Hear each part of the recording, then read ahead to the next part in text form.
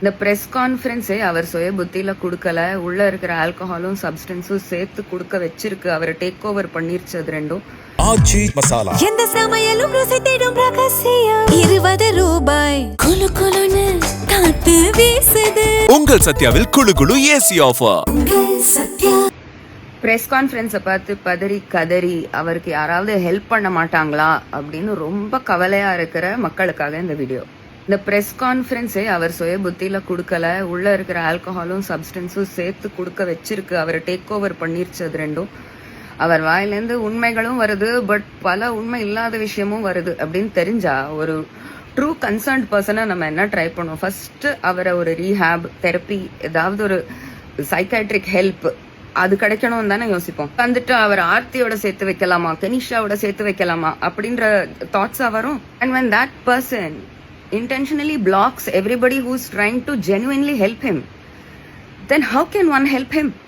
அந்த சப்ஸ்டன்ஸும் ஆல்கஹாலும் எந்த அளவுக்கு அவரை டேக் ஓவர் பண்ணிருச்சுன்னா, ஊத்தி கொடுக்கற மாதிரி அதை கோலம் போட்டு கொடுக்கற மாதிரி ஆளுங்களை தான் பக்கத்துல வச்சுப்பாங்க. இவர் பெரிய ஸ்டார்ன்றதுனால இவரோட எல்லா ஹேபிட்ஸுக்கும் ஒத்துழைச்சிட்டு when it gets too much for them அவங்க எஸ் ஆயிருவாங்க, அவங்க இடத்தையும் வேற யாராவது டேக் ஓவர் பண்ணுவாங்க.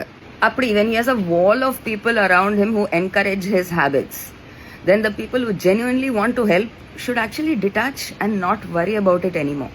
பாஸ் லட்சம் ஃபீஸ் கொடுக்குறாரு, 1 கோடி ஃபீஸ் கொடுக்குறாரு, you don't have to bother about it anymore. That person, there has to be a willingness to learn, there has to be a willingness to listen, there has to be a willingness to look in the mirror and understand what is going on with your health and yourself. அது இல்லாத பட்சத்துல even his parents have given up. Everybody is waiting for some bad news at some point of time which cannot be changedங்கிற மாதிரி ஆயிடுச்சு. படையா போய் அவருக்கு ஒரு தூக்க ஊசி கொடுத்துட்டு you have to take him to the hospital, but nobody will do that. Cry for help genuine அப்படின்னு அவரை ஹெல்ப் பண்ண ட்ரை பண்ண நிறைய பேர் இப்ப கேக்குறாங்க. So what was all that?